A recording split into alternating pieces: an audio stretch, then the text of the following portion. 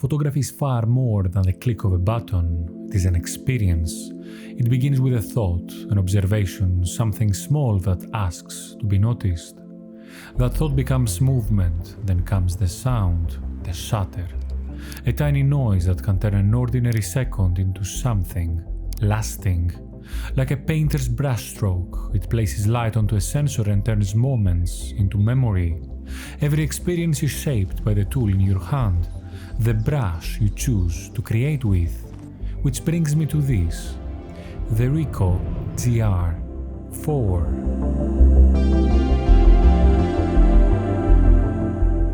Just a quick note before we start, I bought the Ricoh GR IV with my own money.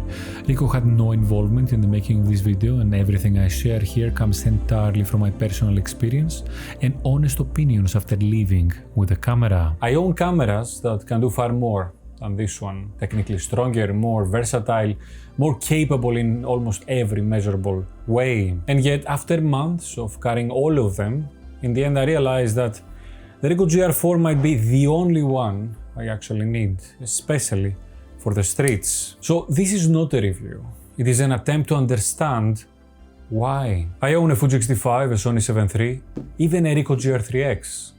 All of them capable, all of them able to produce work that I'm proud of. Let me put this back here. So why the Ricoh GR IV? A camera full of limitations and a $1,500 price tag. Why would anyone choose a camera like this? The easy answer is that it's compact, pocketable, discreet, and all of that is true. But I don't think that that's the real reason. I think that the real reason runs much deeper. I've been very busy lately. I work almost every waking hour. But strangely enough, the busier I've become, the stronger my desire to create has grown. I want to notice more, I want to capture more, and I want the act of taking photos to cost me as little friction as possible. That's where the GR system excels, and that's where the Ricoh GR IV-X transformed my photography in the first place. It took something I used to plan for and made it available to me on an ordinary day. I didn't necessarily carry a bag with me, and I didn't have to prepare a setup. Just a camera in my pocket and the world in front of me. So when the GR IV was announced, I pre-ordered it immediately. And then I did something that was quite unusual for me. I waited. I didn't make a video straight away. I used it first. I carried it for months. I wanted to understand it, not just test it. What I found was a camera that carries a strange duality. For some photographers, those limitations make no sense at all. For others, those limitations are the solution to everything. Let me try to explain where that line is drawn.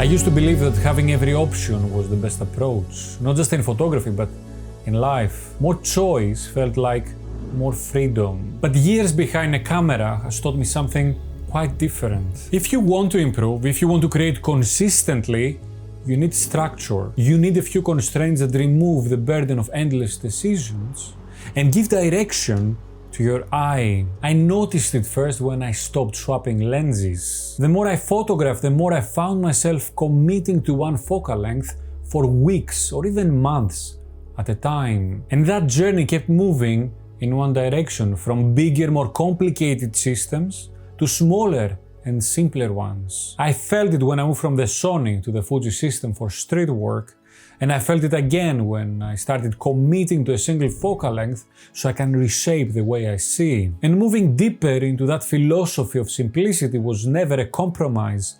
It was a progression, a natural one. What I needed was a tool built entirely around this idea, and the GR IV might be exactly that. The newly designed lens is sharp across the frame, easy, capable of professional results. The files are a step forward from that of the GR IV-X. More detail, more flexibility in post, more room to push those files, those images, without them falling apart. But more than the image quality, what draws me to the GR IV is its focal length. 28mm. That single number is one of the major reasons why I bought this camera. I had been moving towards the 28mm already, exploring it, trying to understanding, learning how it changes how you relate to a scene. It is a wide angle that keeps you close. It cannot compress a scene from a distance. It demands that you commit, that getting closer, that you step towards your subject, that you are inside what is happening and not observing from the outside. The focal length is not just a technical specification,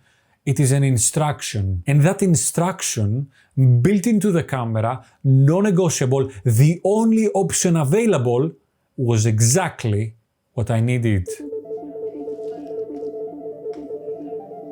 I don't want to get lost in spec sheets. There are already excellent channels out there that cover this in detail. But there are a few things worth talking about because they don't just change what the camera can do, but they change how it feels to shoot with it. First, the GR4 has 53 GB of internal storage. This means no memory card is required. At first that felt almost wrong, like I was cheating, I was missing something, but over time it became quite liberating. One less thing to forget, one less point of friction between me and shooting. The battery now lasts much longer than the Ricoh GR3X, which might sound like a small thing, but small things accumulate. Every time the camera doesn't let you down in a practical way, it builds a kind of trust. And trust is what makes you reach for a camera without thinking. Then there is the 5-axis image stabilization, which has genuinely impressed me. I have shot with shutter speeds close to 1 second, handheld, and I have come back with sharp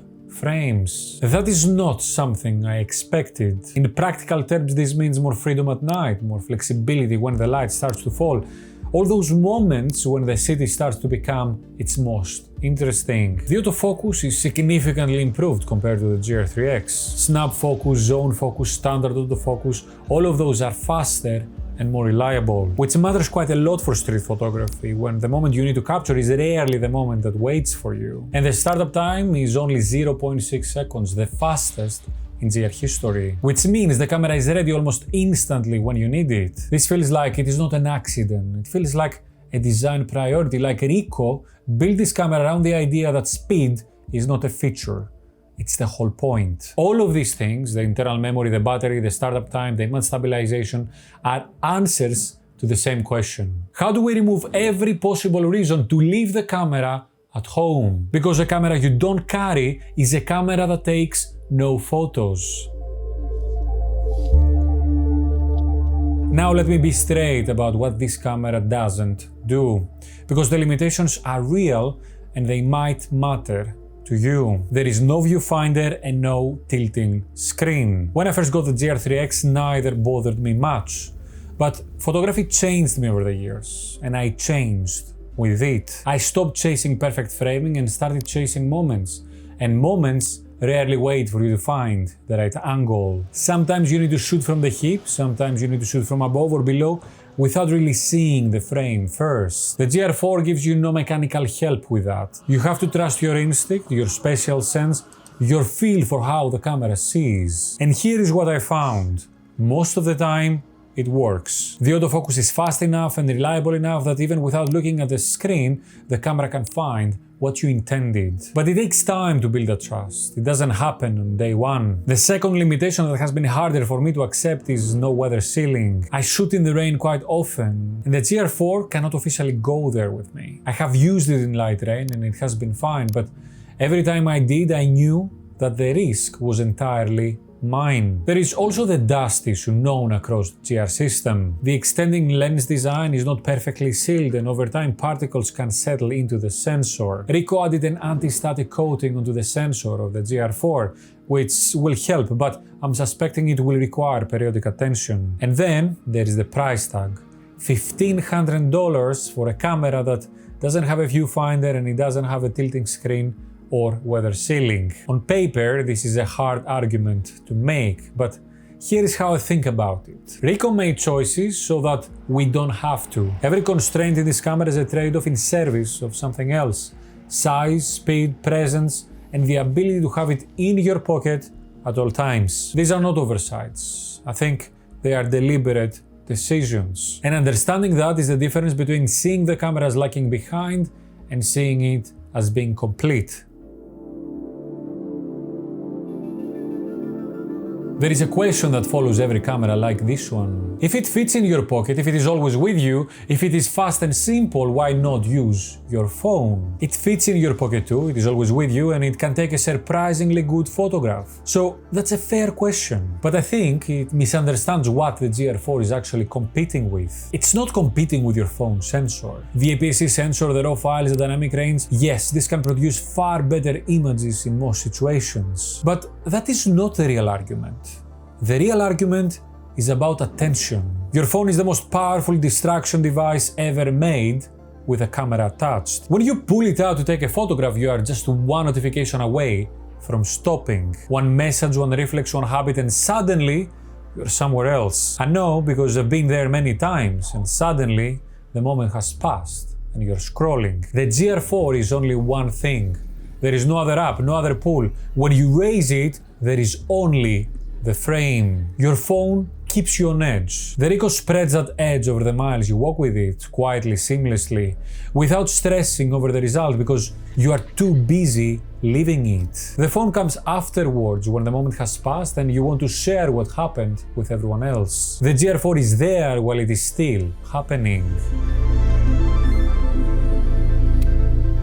Despite its limitations, or maybe because of them, the GR4 is a camera I keep coming back to, and I've been trying to understand why. It's not the image quality alone, though the files are excellent. It's not the size, though the size matters. It is something harder to name. It is a quality the camera has that makes photography feel effortless without making it feel automatic, of connecting you with the possibility of something worth capturing without demanding work from your side to access it. It can live in your bag, it asks almost nothing from you to bring it along. And when something happens, when the light falls in an unexpected way, when two people cross paths in the right moment, when the city gives you something unrepeatable, it is ready to shoot. And for me, that is philosophy made physical. So is the Ricoh GR4 the only camera I need? Probably not. There are things that the Fuji can do that the Ricoh cannot. There are moments when I need a longer lens, a tilting screen, weather sealing. The Ricoh GR4 cannot be everything. But it might be the camera I reach for